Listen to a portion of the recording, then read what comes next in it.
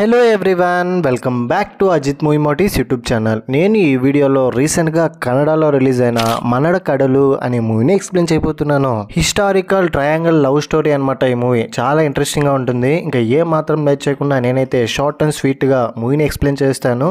అంతకంటే ముందు మీకు ఏం చేయాలో తెలుసు కదండి, చిన్న లైక్ అండ్ స్మైల్తో వీడియోని స్టార్ట్ చేశాను. Thank you. మూవీ ఓపెన్ అవగానే ఇదిగో ఇప్పుడు మీరు స్క్రీన్ మీద చూస్తున్నారు కదా, ఇతని పేరు సుకుమా. ఇతనే మన మూవీలో హీరో. ఇప్పుడు పక్షిమరాజు అనే ఒక రాజు గురించి మనకి చెప్తున్నాడు. అతను చాలా గొప్పవాడు, మంచి బలశాలి.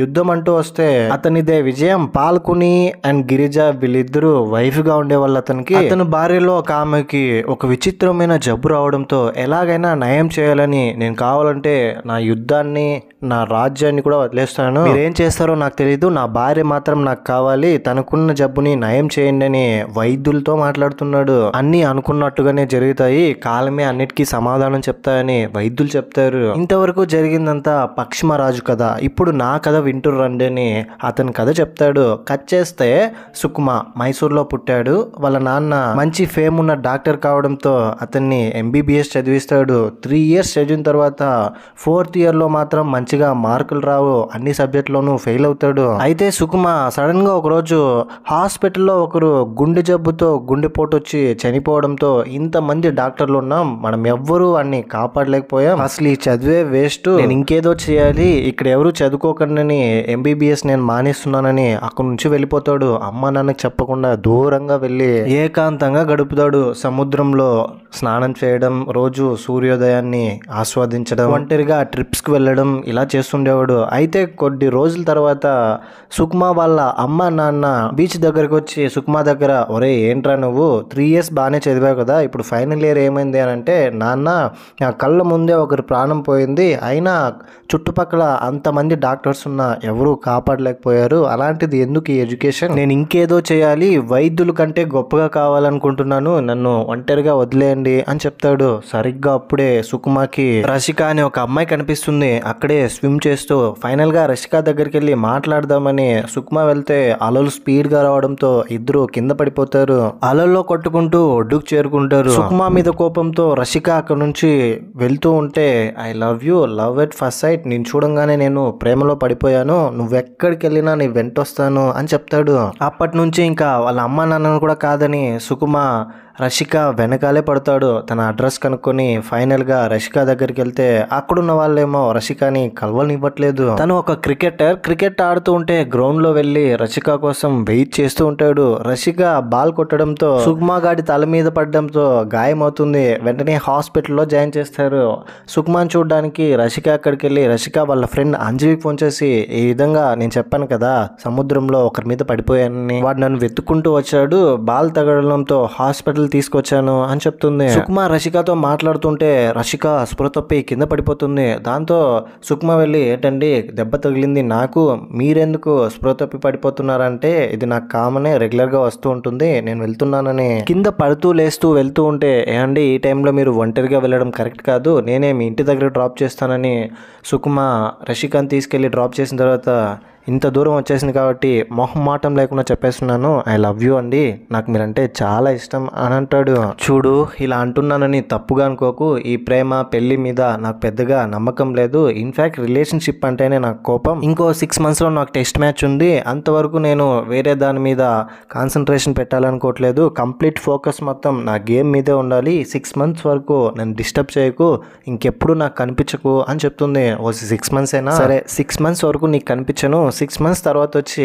నా ప్రేమను నీకు తెలియజెప్తానని అక్కడి నుంచి సుకుమా రిషికతో బాయ్ చెప్పి వచ్చేస్తాడు. 6 నెలల తర్వాత సుకుమాకి రషిక మీద ఉన్న ప్రేమ అస్సలు తగ్గదు. ఎలాగైనా రషికాని కలవాలని, ఇప్పుడు 6 months కంప్లీట్ అయిపోయింది కాబట్టి అదే గ్రౌండ్ దగ్గరికి వెళ్తే రషిక అక్కడ ఉండదు. దాంతో రషిక డీటెయిల్స్ కనుక్కోవాలని రషిక బెస్ట్ ఫ్రెండ్ అంజలి దగ్గరికి వెళ్తే ఏదైనా తెలుస్తుందేమో అని అంజలి ఉన్న ప్లేస్కి వెళ్తాడు ఒక్కడే. అంజలి సముద్రంలో ఒక దీవి లాంటి ప్లేస్ లో ఉంటుంది. అక్కడికి వెళ్ళి అంజలిని కలిస్తే అంజలి రషిక ఇక్కడ రాలేదు, ఫారిన్ వెళ్ళిపోయింది, ఇక్కడ నుంచి వెళ్ళిపో, నాకు రషిక గురించి ఏం తెలీదు, నేను కూడా 6 months అయింది తనతో మాట్లాడి అని చెప్తుంది.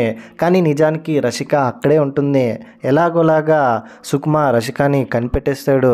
ఏమండి, నాతో అబద్ధం చెప్తే నేను కనిపెట్టలేను అనుకున్నారా, మీ దగ్గరికి వచ్చేసాను నా లవ్ని చెప్పడానికని మళ్ళీ తనకి ప్రపోజ్ చేస్తాడు. ఆ ఏరియాలో ఒక తెగకి సంబంధించిన వాళ్ళు ఉండడంతో వాళ్ళకి తెలుగు రాదు, వాళ్ళ లాంగ్వేజ్ మాట్లాడుతుంటారు. వాళ్ళ దగ్గర అబ్బాయిల కరువు ఉందని ఎలాగైనా సుకుమాని అక్కడికి పంపించేస్తే బుద్ధొచ్చి రషిక వెనకాల రావడం మానేస్తాడేమో అని అంజలి ఆ ట్రైబ్ వాళ్ళతో చెప్పి అతన్ని తీసుకెళ్ళమంటారు. వాళ్ళు వచ్చి సుకుమా దగ్గర అన్ని టెస్టులు చేస్తారు, వారసత్వానికి పనికొస్తాడా లేదా అని. సరిగ్గా అప్పుడే సడన్ గా మళ్ళీ రషిక స్పృహ తప్పి కింద పడిపోతుంది. ఈ విషయం సుకుమాకు తెలియగానే తన చేతులతో ఎత్తుకుని దగ్గరలో ఉన్న ఒక బిల్డింగ్ లో ముసలి వైద్యుడు ఉన్నాడని అక్కడికి వెళ్తాడు.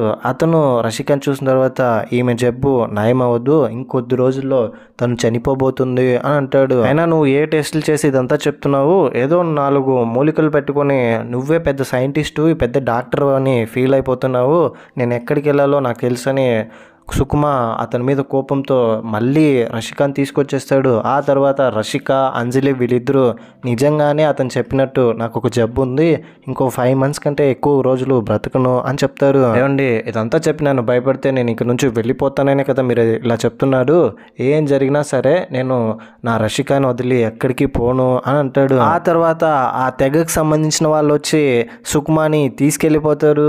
ఈ విషయం రషికాకు తెలిసి అంజలితో పాపమే వాడు అమ్మాయికుడిలో ఉన్నాడు, వాళ్ళ దగ్గరికి ఎందుకు పంపించావు అని అంటే, ఓ నీకు కూడా వాడి మీద ప్రేమ ఉన్నట్టుంది అందుకే ఇలా చెప్తున్నావు, సరే వెళ్ళి నేను తీసుకొస్తాను నువ్వు ఇంట్లోనే ఉండని అంజలి ఈ తెగ వాళ్ళ దగ్గరకు వస్తుంది. జరుగుతున్న పెళ్లిని ఆపి తిరిగి సుకుమాని తీసుకొస్తుంటే సుకుమాకి వాళ్ళ సిచ్యువేషన్ అర్థమయ్యి వాళ్ళకు ఒక మాట ఇస్తాడు, నేనే ఎలాగైనా కొంతమంది మగవాళ్ళని తీసుకొచ్చిస్తాను, మీరు ఇక్కడే పెట్టుకోండి, మీ పిల్లలకి పెళ్లి చేసుకోండి అని చెప్తాడు. దాంతో అక్కడున్న వాళ్ళందరూ సుకుమాకి అంజలికి ఒక పార్టీ ఇస్తారు, అందరూ సెలబ్రేట్ చేసుకుంటారు. పార్టీ అయిపోయిన తర్వాత అంజలి సుకుమా దగ్గర, రే ఏంట్రా నువ్వు కళ్ళ ముందు ఇంత మంచి అమ్మాయిని పట్టుకొని రషిక గురించి ఆలోచిస్తున్నావు, నేను కూడా అందంగానే ఉంటాను కదా, నాతోనూ కలిసి ఉండొచ్చు ఆ రషికతోనూ కలిసి ఉండొచ్చు, ఎలాగో కొద్ది రోజుల్లో రషిక చనిపోతుంది, ఆ తర్వాత మనమిద్దరం కలిసి ఉంటామని తనతో రొమాంటిక్గా మాట్లాడుతూ ఉంటే సుకుమా కొద్దిసేపటికి నేను అలాంటి వాడిని కాదు, నువ్వు నన్ను లొంగ తీసుకోవాలని ప్రయత్నించినా కూడా నేను నీకు లొంగను, ఎందుకంటే నేను రషికాని ట్రూగా లవ్ చేస్తున్నా, నువ్వు ఇక నుంచి వెళ్ళమ్మని అంజలిని అక్కడి నుంచి పంపించేస్తాడు. ఆ తర్వాత అంజలి రషిక దగ్గరికి వెళ్ళి, నువ్వు చాలా అదృష్టవంతురాలువి, సుకుమా ఎంత మంచి వాడో తెలుసా, నేనే అతన్ని స్వయంగా టెస్ట్ చేశాను, అతనితో ఇంటిమేట్ అవ్వడానికి ప్రయత్నించినా కూడా నన్ను అవాయిడ్ చేశాడు, వాడు డైమండ్, వాడిని నువ్వు మిస్ చేసుకోకు అని చెప్తుంది. ఆ ఏరియాలో ఒక బామ్మకి ఆరోగ్యం బాలేక ఆ ముసలి వైద్యుడి దగ్గరికి తీసుకెళ్తూ ఉంటే ఈ విషయం సుకుమాకి తెలిసి, ఒరే అక్కడున్నది డాక్టర్ కాదు, వాడేదో మాయ మాటలు చెప్పు మీ దగ్గర డబ్బులు కొట్టేయడానికి ప్రయత్నిస్తున్నారంటే సుకుమా మాటలు వినిపించుకోకుండా బామ్మని అక్కడికి తీసుకెళ్తారు. ఎలాగైనా పోలీసులకి ఆ ముసలి వైద్యుడిని పట్టించాలని వెళ్తే కొన్ని వనమూలికలతో బామ్మకి చేసిన వైద్యం వల్ల బామ్మకి స్ప్రో వచ్చి నార్మల్ గా అయిపోతుంది. సుకుమా కూడా ఆశ్చర్యపోతాడు, ఆల్మోస్ట్ ఇంకా చనిపోయింది అనుకున్న బామ్మ బ్రతికి రావడంతో మిరాకిలే ఇది, మీరు చేసిన వైద్యం నేను ఎక్కడా చూడలేదు, నేను కూడా MBBS 3 years చదువుకున్నానని రషికాని అక్కడ తీసుకొచ్చి ఎలాగైనా మీరు రషిక ప్రాణాన్ని కాపాడాలి, రషికకి ఏం కాకుండా ఉండాలంటే ఏం చేయాలో చెప్పండి అని అంటాడు. రషిక నేను రాను రాను అని అంటుంటే కూడా కావాలని రషిక వెంటపడి బ్రతిమలాడి ఫైనల్ గా అక్కడ తీసుకొస్తాడు ఆ ముసలి వైద్యుడి దగ్గరికి. సుకుమా అక్కడికి వెళ్ళిన విషయం సుకుమా వాళ్ళ అమ్మా నాన్న కూడా తెలిసి అక్కడికి వచ్చేస్తారు. రషిక ఏం చెప్తుందంటే అంజలి దగ్గర, నేను ఎలాగో కొద్ది రోజుల్లో చనిపోతున్నాను కదా, సుకుమాని నువ్వు మంచోడని అంటున్నావు, నువ్వు మిస్ చేసుకోకు, నువ్వు సుకుమా ఇద్దరు పెళ్లి చేసుకోండి, నేను చనిపోయిన తర్వాత మీరిద్దరూ లవ్ చేసుకోండి అని చెప్తుంది. అంటే నిన్ను వెతుకుంటూ వచ్చిన వాడిని నాకు అంటగట్టాలని చూస్తున్నావా, అసలు వాడి మొహం చూసావా ఎలా ఉందో అని అంటే, చూడ్డానికి బాగానే ఉంటాడు, వాడు చాలా మంచోడని నువ్వే చెప్పావు కదా, నేను కూడా వాడి ప్రేమను ఫీల్ అయ్యాను ఫస్ట్ టైం వాడిని హగ్ చేసుకున్నప్పుడే అని చెప్తుంది బీచ్ లో. ముసలి వైద్యుడు రషిక కండిషన్ చూసిన తర్వాత మధువతి అనే ఒక ఫ్లవర్ గురించి చెప్పి, ఈ ఫ్లవర్ చాలా అరుదైన రకం, దొరకడమే చాలా రేర్. ఈ భూమి మీద ఎక్కడో ఒక చోట ఈ ఫ్లవర్ ఉంటుంది. వెతికి గనక తీసుకొస్తే రషికాని మళ్ళీ నార్మల్ మనిషిగా మనం మార్చగలం, తనకున్న జబ్బుని నయం చేయగలం అని చెప్తాడు. దాంతో సుకుమ ఈ భూమి పైన ఎక్కడున్నా సరే ఆ మధువతి ఫ్లవర్ని నేను తీసుకొస్తానని, ఆ తర్వాత అంజలి హెల్ప్ తీసుకొని, అంజలికి తెగ వాళ్ళు తెలిసింటారు కదా, వాళ్ళ సహాయంతో ఆ ఫ్లవర్ ఉన్న ప్లేస్ తెలుసుకుని దట్టమైన అడవి మధ్యలో జలపాతం మీద ఆ ఫ్లవర్ ఉందని తోడుగా అంజలిని కూడా తీసుకెళ్తాడు. ఈ ప్రాసెస్ లోనే అంజలి మెల్లగా సుకుమకి దగ్గర అయిపోతుంది, సుకుమతో ప్రేమలో పడిపోతుంది. లెగ్ పెయిన్స్ అంటే అంజలిని సుకుమ ఎత్తుకుంటూ తీసుకెళ్లడం ఇదంతా చాలా కేరింగ్ గా అనిపిస్తుంది తనకి. ఇటు రషికాని సుకుమ వాళ్ళ అమ్మ నాన్న ప్రేమగా చూసుకుంటారు. రషికాకి అమ్మ నాన్న ఎవరు ఉండరు, చిన్నప్పటి నుంచి ఒక అనాథలా పెరిగి ఉంటుంది. ఇప్పుడు సడన్ గా సుకుమ వాళ్ళ అమ్మ నాన్న ఒక తల్లిదండ్రులాగా ప్రేమ చూపించడంతో చాలా ఎమోషనల్ అయిపోయి అందరికి థ్యాంక్స్ చెప్పడానికి తనలో తానే ఏడ్చేస్తుంది. అంజలి, సుకుమ ట్రైబ్కి చెందిన ఒక పర్సన్, వీళ్ళు ముగ్గురు కలిసి ఫైనల్ గా మధువతి ఫ్లవర్ ఉన్న ప్లేస్ చేరుకొని ఎంతో కష్టపడి సుకుమ ప్రాణాలకు తెగించి మరి ఆ ఫ్లవర్ ని వేరులతో సహా లాగేసుకుని అక్కడ నుంచి ఇంకా వెళ్తూ ఉంటే, ఎలాగో రషికాకి ఈ ఫ్లవర్ దొరికింది కాబట్టి జబ్బు నయమైపోతుంది, ఇంకా సుకుమార్ మనకు దక్కడేమో అని కనీసం ఈ ఒక్క రాత్రైనా సుకుమాతో గడపాలని అంజలి ఏం చేస్తుందంటే, ఈ రోజంతా నడిచి నడిచి ఫుల్ లెగ్ పెయిన్ ఉంది, మనం ఇక్కడే రెస్ట్ తీసుకొని మార్నింగ్ లేచి వెళ్దామని సుకుమ అండ్ అంజలి వీళ్ళిద్దరు ఒక చిన్న గుడిసెలాగా రెడీ చేసుకుని అక్కడే పడుకుంటారు. నేను ఒకరిని ప్రేమిస్తున్నాను, ఆ విషయం అతనికి తెలియదని ఇండైరెక్ట్ గా అంజలి సుకుమతో చెప్తుంది. త్వరగా నీతో చెప్పేస్తానులే, నీకు తప్ప ఇంకెవరికి చెప్పలేనని. నెక్స్ట్ డే మార్నింగ్ లేచిన తర్వాత సుకుమ, అంజలి వీళ్ళందరూ కలిసి మధువతి ఫ్లవర్ని ఇక్కడ తీసుకొచ్చేసి రషిక దగ్గర వెళ్ళి, సుకుమ ఫ్లవర్ ఇచ్చి నేను నీ జడలో పెడతాను, ఐ మీన్ నీ తలలో అని తన దగ్గర కేరింగ్ గా ఉండి తలలో ఫ్లవర్ పెడతాడు. చాలా హ్యాపీగా అనిపిస్తుంది రషికకి. ఆ తర్వాత ఆ ఫ్లవర్స్ ద్వారా ఆ ముసలి వైద్యుడు తనకి వైద్యం చేసి తన జబ్బుని నయం చేయడానికి ప్రయత్నిస్తున్నాడు. అంజలి కొంచెం సాడ్గా ఉండడంతో సుకుమ వెళ్ళి, ఏంటి ఈరోజు కొంచెం సాడ్గా ఉన్నావు, ఏంటి ప్రాబ్లం అని అంటే, అదేం లేదని డల్ అయిపోతుంది. దాంతో ఆ ముసలి వైద్యుడు వచ్చి కిందనే పశ్చిమ మహారాజు వాళ్ళ ఇద్దరి భార్యలు పాల్కుని గిరిజ సమాధులు కూడా ఉన్నాయి, మీరు కావాలంటే చూడొచ్చని కింద గ్రౌండ్ ఫ్లోర్లో ఒక సొరంగం లాగా ఉందని చెప్తే సుకుమ, అంజలి వీళ్ళిద్దరూ కలిసి కింద చూడడానికి వెళ్తారు. అక్కడికి వెళ్ళిన తర్వాత శిలాపలకాల మీద పశ్చిమ మహారాజు బొమ్మలు, పాల్కుని గిరిజ వీళ్ళందరూ బొమ్మలతో పాటు వాళ్ళ సమాధి కూడా చూస్తారు. ఇదంతా చూసి సుకుమ ఎంతో ఎగ్జైటెడ్గా ఫీల్ అవుతాడు. సుకుమ అంజలితో, నువ్వు పైకి రాకు, ఇక్కడే కూర్చో, ఎలాగో నువ్వు వీటన్నిటి మీద రీసెర్చ్ చేస్తూ ఉంటావు కదా, ఇక్కడే ఉంటే నీకు ఇంకా ఏదైనా ఇన్ఫర్మేషన్ దొరుకుతుందేమో అని అంజలిని అక్కడే పెట్టి పైకి వెళ్ళిపోతాడు. అంజలి ఆ పశ్చిమ మహారాజు విగ్రహాన్ని చూసి, నీకు నీ భార్యల్లో పాల్కుని అంటే ఇష్టమా, గిరిజ అంటే ఇష్టమా చెప్పు, ఇప్పుడు నా పరిస్థితి కూడా అలాగే అయిపోయింది, సుకుమకి నాకంటే రషికనే ఎక్కువ ఇష్టం, కానీ ఈ ప్రాసెస్లో నేను కూడా సుకుమని ప్రేమిస్తున్నాను, నాకు ఏం చేయాలో అర్థం కావట్లేదని చాలా బాధపడుతుంది, నాకు ఇంకా ఎవరూ లేదు, నేను అనాథనైపోతున్నానని. ఆ తర్వాత సుకుమ వాళ్ళ అమ్మ నాన్న తెగ వాళ్ళకి కొంతమంది మగవాళ్ళని తీసుకొచ్చి ఇస్తామని చెప్పింటారు కదా, ఐ మీన్ సుకుమ వాళ్ళ అమ్మ నాన్న హెల్ప్ తీసుకుని సుకుమ కొంతమంది మగవాళ్ళని తీసుకొచ్చి ఆ ట్రైబ్లో ఉన్న కొంతమంది ఆడపిల్లలకి పెళ్లి చేస్తాడు. వాళ్ళు కూడా హ్యాపీ. ఫైనల్గా ఇక్కడ ముసలి వైద్యుడు రషికకి ట్రీట్మెంట్ చేయించిన తర్వాత కొంచెం కొంచెంగా తనకున్న జబ్బు నయమైపోతుంది. రషిక కూడా చాలా హ్యాపీగా ఫీల్ అవుతుంది. చూడండి, నా చేతులు కాళ్ళు ఇప్పుడు నార్మల్ అయిపోయింది, నేను చాలా హ్యాపీగా ఉన్నానని నేరుగా సుకుమకి, సుకుమ వాళ్ళ అమ్మ నాన్నకి థ్యాంక్స్ చెప్పి ఆ వైద్యుడికి కూడా సుకుమని చేయి పట్టుకుని ఒక ప్లేస్ తీసుకెళ్లి అతన్ని కిస్ చేసి ఫ్లవర్ ఇచ్చి నా తల్లో పెట్టు అని చెప్తుంది. నేను మళ్ళీ బ్రతికానంటే దానికి కారణం నువ్వే, ఇన్ని రోజులు నా కోసం నేను బ్రతికాను, ఇక నుంచి నీ కోసమే బ్రతుకుతానని సుకుమతో రషిక ఎమోషనల్ అవుతూ చెప్తుంది. తనని గట్టిగా హగ్ చేసుకుని నైట్ అంతా కింద పశ్చిమ మహారాజు శ్మశానంలో పడుకునున్న అంజలి దగ్గరికి వెళ్ళి, నైట్ బాగా నిద్ర పట్టిందా, లెగు త్వరగాని పైకి తీసుకొస్తాడు. రషికకున్న జబ్బు నయమైపోయింది, తను ఇప్పుడు చాలా హ్యాపీ అని. ఓ అలాగా, అయితే ఇంకా నాతో సరిగ్గా మాట్లాడవు కదా, రషికతోనే క్లోజ్గా ఉంటావని అంజలి అతనితో చెప్పకుండానే బాధపడుతుంది. ఆ తర్వాత అక్కడున్న వైద్యుడు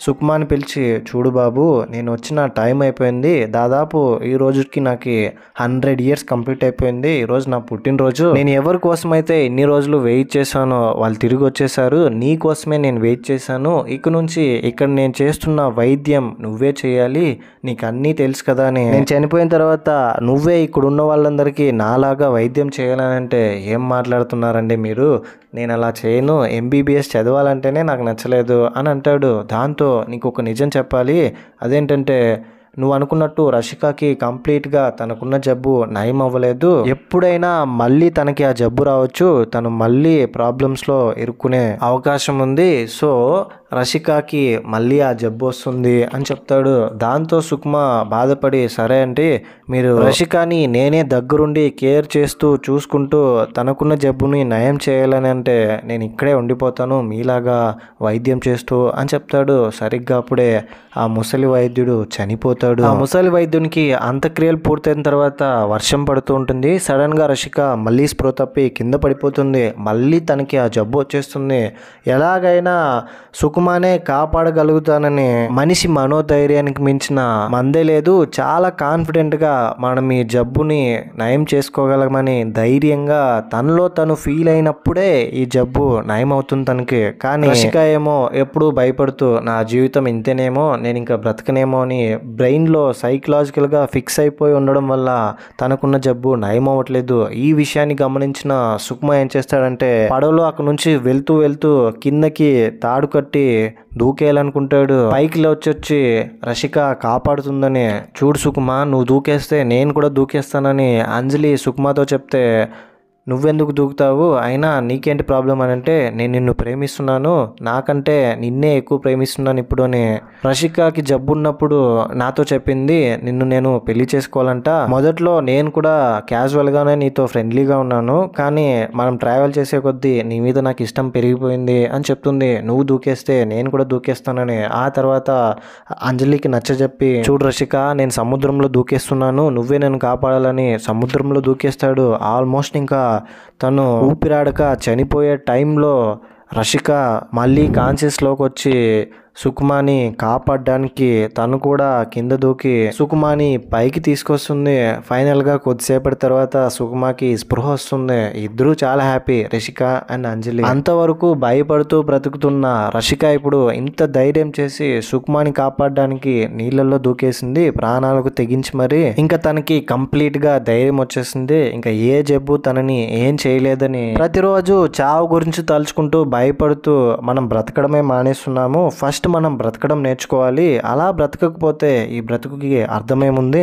నువ్వు నీ లైఫ్ని మళ్ళీ స్టార్ట్ చేయి, ఇదివరకులాగా క్రికెట్ ఆడడం మొదలుపెట్టు అని రషికతో సుకుమ చెప్తాడు. ఆ తర్వాత అంజలికి కూడా, నువ్వు మళ్ళీ నీ రీసెర్చ్ని స్టార్ట్ చేయి, చావు బతుకుల్ని మర్చిపోయి బ్రతకడమే జీవితం అని అక్కడ నుంచి రషికకి అంజలికి దూరంగా వచ్చేసి ఇదివరకులాగా MBBSని హేట్ చేయకుండా తన స్టడీస్ని కంప్లీట్ చేస్తాడు. ఒక మంచి డాక్టర్గా సొసైటీలో పేరు ప్రఖ్యాతలను పొందుతాడు. ఇంకోవైపు రషిక ఏమో క్రికెట్లో మంచి పొజిషన్లోకి వెళ్తుంది. అంజలి కూడా తన రీసెర్చ్ని కంటిన్యూ చేస్తుంది. ప్రీవియస్గా పశ్చిమ మహారాజు అనే ఒక రాజు కూడా తన భార్య పాల్కునికి ఈ వ్యాధి రావడంతో మొత్తం సామ్రాజ్యాన్ని వదిలేసి తనే ఒక డాక్టర్గా మారాడు. ఇప్పుడు కూడా నేను అలాగే మారానని పశ్చిమ మహారాజు గురించి చెప్పి అతనికి కూడా సేమ్ నాలాగే పరిస్థితులు ఎదురయ్యాయని అతన్ని ఇప్పుడు సుకుమ కథకి రిలేట్ చేస్తూ మనకు నరేట్ చేస్తాడు అతను. ఇంతటితో ఈ మూవీ కూడా ఎండ్ అయిపోతుంది. మూవీ మొత్తం చూసిన తర్వాత మీ ఒపీనియన్ ఏంటి, నా ఎక్స్ప్లెనేషన్ మీకు ఎలా అనిపించింది అనే దాన్ని ఏదో ఒకటి కింద కమెంట్ బాక్స్లో తప్పకుండా నాతో షేర్ చేసుకోండి. అండ్ ఇలాంటి కైండ్ ఆఫ్ మరిన్ని మూవీ ఎక్స్ప్లెనేషన్ వీడియోస్ కోసం మన ఛానల్ని సబ్స్క్రైబ్ చేసి బెల్ ఐకాన్ క్లిక్ చేసేయండి. ఇంకో ఇలాంటి ఇంట్రెస్టింగ్ వీడియోతో మీ ముందుంటాను. అంతవరకు సేఫ్గా ఉండండి, నవ్వుతూ ఉండండి, నవ్విస్తూ ఉండండి. Thank you. జై హింద్.